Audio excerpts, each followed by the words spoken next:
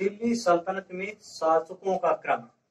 दिल्ली सल्तनत में शासकों का क्रम सबसे पहले कौन सा आएगा? मोहम्मद बिन कासिम। इसका अभी बताया था 712 में इसने आक्रमण किया था। फिर इसके बाद में आएगा महमूद गजनवी। महमूद गजनवी यह वही शासक है, गजनी अफगानिस्तान का शासक था। इसने भारत पर टोटल कुल 17 बार आक्रमण किया था। यह 27 वर्ष की आयु में शासक बना था। 27 वर्ष की आयु में 997 ईस्वी। इसका प्रमुख आक्रमण रहेगा 1025 में सोमनाथ मंदिर का लूट।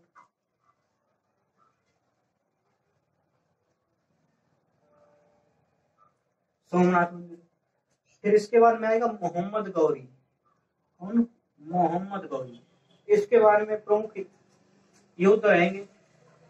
इसका वास्तविक नाम था शहाबुद्दीन गौरी। इसने भारत पर सबसे पहले आक्रमण किया था 1175 में मुल्तान पे, 1178 में गुजरात में, 1191 तराइन का प्रथम युद्ध मोहम्मद गौरी और पृथ्वीराज चौहान के बीच हुआ था। 1192 ये भी तराइन का द्वितीय युद्ध मोहम्मद गौरी और पृथ्वीराज चौहान के बीच हुआ था। 1194 चंदावर का युद्ध, यह जयचंद और मोहम्मद गौरी के बीच में हुआ था। इसकी मृत्यु 15 मार्च 1206 को मृत्यु हो जाती है। 15 मार्च 1206 को मृत्यु होती है। इसकी मृत्यु के बाद इसका एक गुलाम था कुतुबुद्दीन ऐबक। कौन? कुतुबुद्दीन ऐबक। इसने अपना शासन क्षेत्र किसके अधीन कर दिया? कुतुबुद्दीन ऐबक के अधीन कर दिया।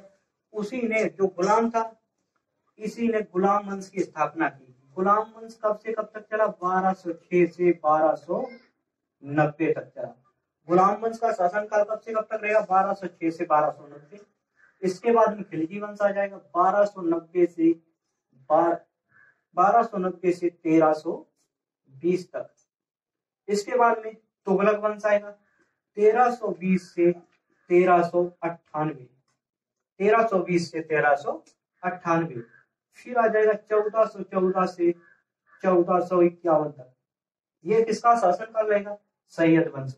इसके बाद में आ जाएगा लोधी वंश 1451 से 1526 तक।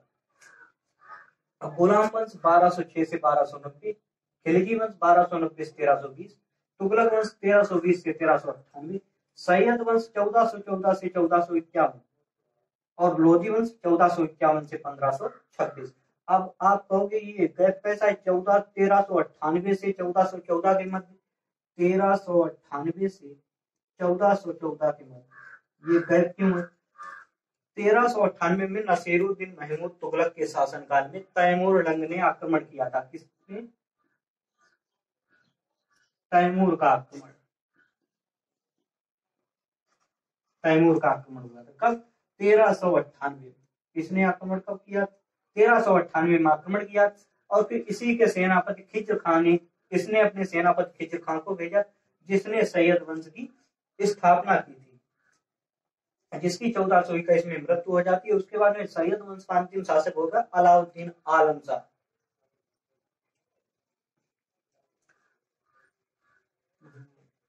इसमें शासक रहेगा गुलाम वंश में के शासक हो जाएंगे ऐबक 1206 से 1210। इसके बाद में इसका पुत्र आराम शाह, फिर इल्तुतमिश, फिर रजिया सुल्तान, बलबन, फिर शमसुद्दीन की उमर। अंतिम शासक कौन हो जाएगा? शमसुद्दीन की उमर। इसके बारे में खिलजी वंश की बात करें तो पहला हो जाएगा जलालुद्दीन खिलजी, फिर हो जाएगा अलाउद्दीन खिलजी, फिर अंतिम शासक हो जाएगा मुबारक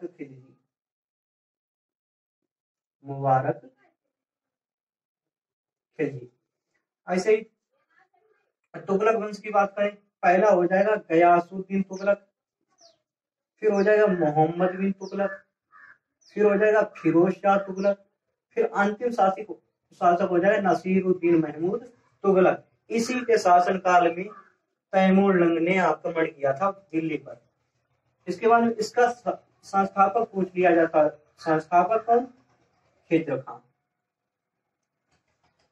लोधी वंश की बात करें तो लोधी वंश का पहला शासक पहलोर लोधी, पहलोर लोधी। फिर आ जाएगा सिकंदर लोधी, सिकंदर लोधी। उसके बाद में आ जाएगा इब्राहिम लोधी, इब्राहिम लोधी।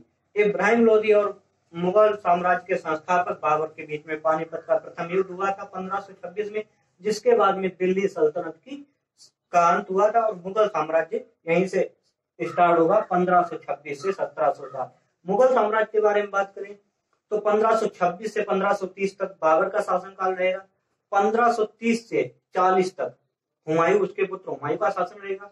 40 से 45 तक ये शेरशाह सूरी शासन करेगा और वैसे गैप रहेगा 40 से 55 तक सूरी वंश का शासक रहेंगे। सूरी वंश का अंतिम शासक सिकंदर सूरी, जिसके साथ में युद्ध होगा पंजाब में।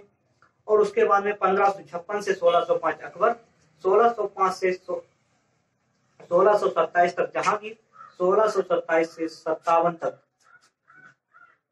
शाहजहां, और शाहजहां के बाद में अंतिम वो शाहजहां के बाद में औरंगजेब 1657 से 1658 से 1707 तक औरंगजेब। उसके बाद में आधुनिक भारत स्टार्ट होगा। मध्यकालीन भारत में इतना ही पढ़ना है। ये 5 वंश है, गुलाम वंश, खिलजी वंश, तुगलक वंश, सैयद वंश, लोधी वंश। इसके बाद में मुगल साम्राज्य के जो शासन है